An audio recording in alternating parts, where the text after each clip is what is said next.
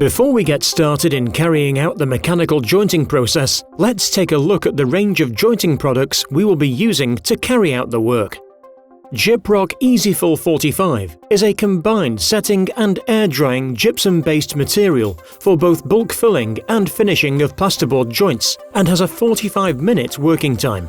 Gyproc EasyFill 45 is a low-shrinkage, two-stage jointing process which has a set at 45 minutes. Gyproc joint cement and Gyproc ready-mix joint cement are air-drying materials designed for use with the automatic taping tools. They can also be used as part of the hand jointing process for finish coat applications. Gyproc ProMix Light joint cement is an air-drying material designed for use with the automatic taping tools. They can also be used as part of the hand jointing process for finish coat applications. This formula provides excellent workability, very low shrinkage, easy sanding, and is compatible with the majority of airless spraying equipment where this may be required. Gyproc joint tape is a paper tape designed for reinforcing flat joints and internal angles. The tape can be applied manually or is used with the mechanical jointing system, which will be demonstrated shortly. The tape has chamfered edges, a center crease, and perforations within the tape. Gyproc drywall primer is a general-purpose primer which is applied to the whole surface once jointing is finished and sanded. As an alternative to Gyproc drywall primer, Gyproc drywall sealer is a specially formulated product which can be used to allow steam stripping of wallpaper from Gyproc plasterboard surfaces when used in a two-coat application. Gyproc drywall sealer can also be used to provide a level of vapor control to the plasterboard surface. Before we start hand taping, it is important to check to see if any pre-filling is required. If we have any gaps greater than 3 mm and any cut edge of plasterboard abutting a tapered edge plasterboard, pre-filling will be required. It is worth noting that you would always use tapered edge plasterboard where mechanical jointing is carried out. We will be using EasyFill 45 for the pre-filling work that needs carried out. This will allow us to start the jointing process at an earlier stage. Using clean water, only mix up the amount of material you will need to save wasting material. Make sure you mix the material in a well-ventilated area and that you are wearing the correct personal protective equipment. Mix the EasyFill 45 to the required consistency. This will be a stiffer consistency than mixing thistle finish coat plasters. It is worth noting that the thinner the material, the more shrinkage will take place due to the water content in the thinner mix. Work your way around the room, filling in any gaps that are 3 mm or wider. Also fill any joints between a cut edge of board and tapered edge board to provide a flat surface for jointing. Where any gyp frame metal lining systems are installed or screw fixings into timber studs or ceiling joists, the screw heads within the field of the board will require filling with EasyFill 45. We will be using a nail spotter for the second coat application. 1 hour later. Let's take a quick look at all the mechanical jointing tools we will be using for the jointing process. First, the automatic taper, often referred to as the bazooka. The filling pumps we will be using with the gooseneck attachment for filling the automatic taper and the finisher nozzle for filling the finishing boxes. Finishing boxes classed as 7-inch, 10-inch and 12-inch box. A range of handle lengths and a telescopic handle option. Internal finishing box and 3-inch finisher, often called a butterfly. A corner roller for bedding tapes into internal corners. Handles used for the internal finishing box and a handle used with the 3-inch finisher attachment for cleaning off the internal corners. The nail or screw spotter which has a handle. A joint cement pan and broad knife for cleaning down joints as work progresses. Okay, let's get started with the jointing process. First, we will load the Gyproc paper tape spool onto the automatic taper, as shown here. Make sure the curvature on the roll follows the curvature on the head of the automatic taper.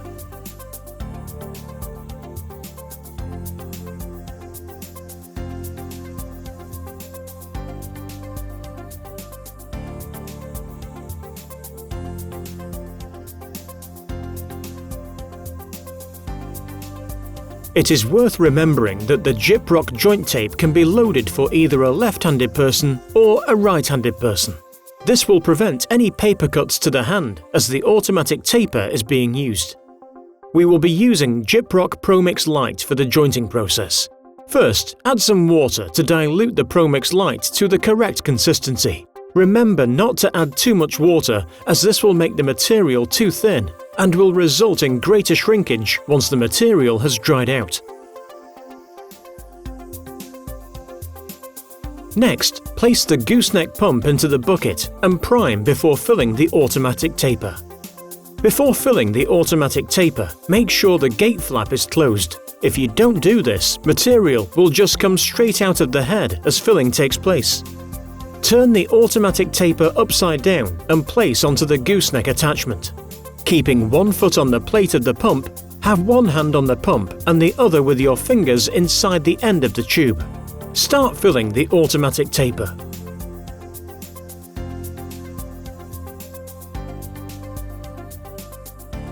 Once the plunger inside the tube meets your fingers, stop pumping, as the automatic taper is now full and ready for use.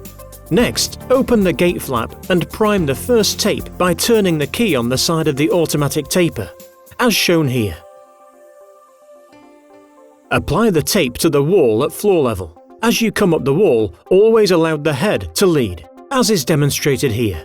Once you reach the ceiling line, stop 75mm short of the ceiling line. Pull the sleeve down on the automatic taper. This will cut the paper tape to length. Continue to roll out the last part of the tape. Make sure you don't cut on the run as tapes are applied. If you do, this can cause jamming at the head and reduce the life of the blades for cutting the paper tape. Now, flatten the tape in with the broad knife and cement pan.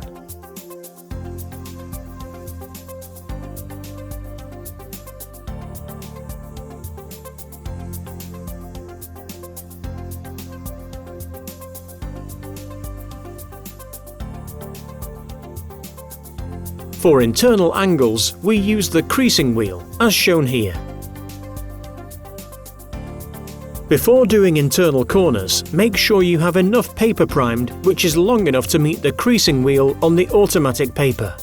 Standing at a position of 45 degrees to the internal corner, start applying the tape from floor level, as demonstrated here.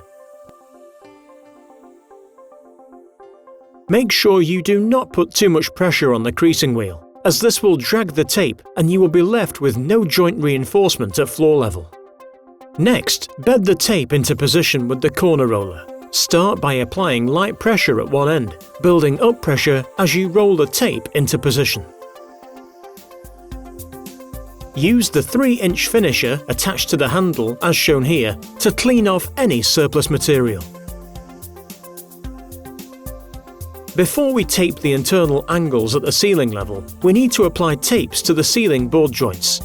Start by taping the butt-end board joints on the ceiling.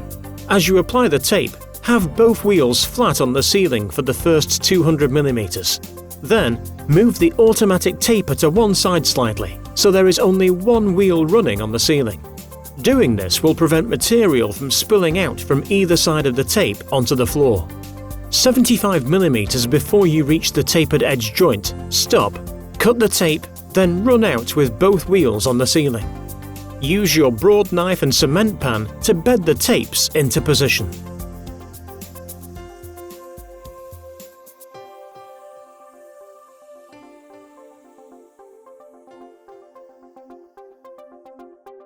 When we start applying tapes to the ceiling, have enough tape primed to catch the creasing wheel so you can apply the tape into the internal corner on the ceiling. After 200mm, release the crease wheel and continue to apply the tape as the same principle as you would for butt-end joints. Again, use the broad knife and cement pan to bed the tapes in.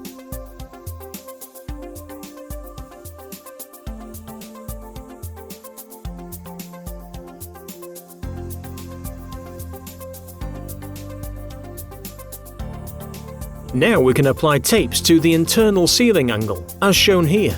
Again, using the corner roller to bed the tape in, and the finisher head to clean the internal joints.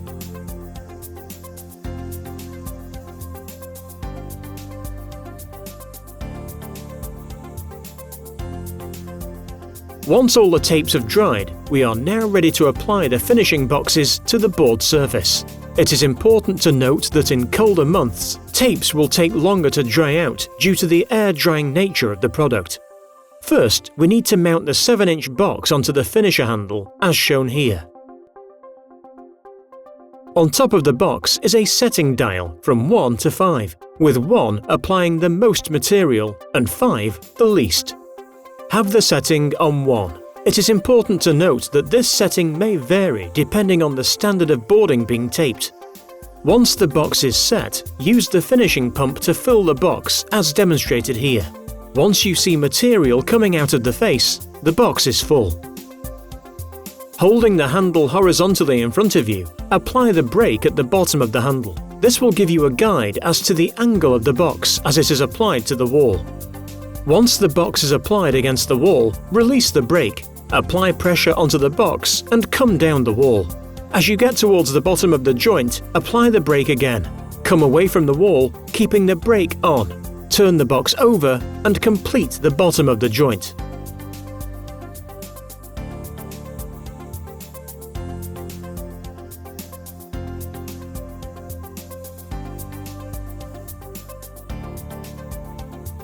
On ceilings, box the long tapered edge joints holding the handle with the same principles for vertical joints.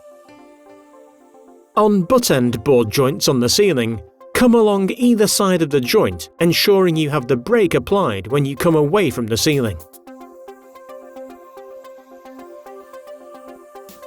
Feather in the board joints with a broad knife and cement pan, as is demonstrated.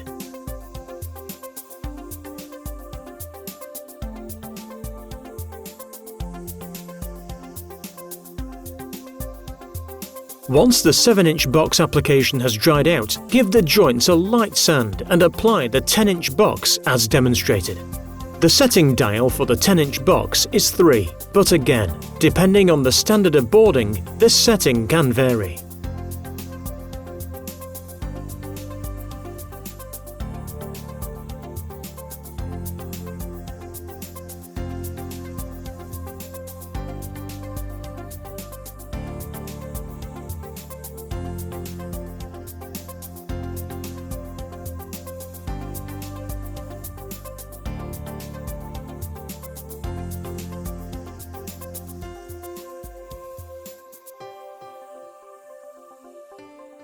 Once the 10-inch box has dried out, again give the joints a light sand and apply the 12-inch box to vertical and ceiling joints. The setting on the 12-inch box can be 4 or 5, depending on the standard of boarding being taped. On ceilings, box the long tapered edge joints first. On butt-end board joints, run the 12-inch box down the middle of the joint and again, feather in with the broad knife and cement pan. The final finishing is to the internal angle. First, mount the 3-inch finisher head onto the internal corner box. Then fix the box onto the internal corner handle.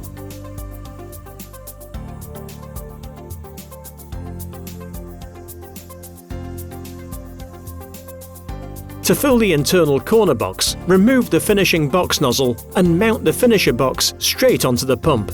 You can thin the material down slightly to make it easier to apply the internal finishing coat. Once you see material coming out of the finishing head, stop, as the box is now full and ready for use. Start applying the finishing coat to the internal angle. Make sure you have pressure applied directly into the corner at 45 degrees to get an even finish of material. It will take a few passes to fully coat the internal angle. Clean off with the broad knife and cement pan. Continue to do the vertical internal corners with the same principle used for the ceilings. Finish off the mechanical jointing process by using the nail or screw spotter to go over all the fixings within the field of the plasterboards.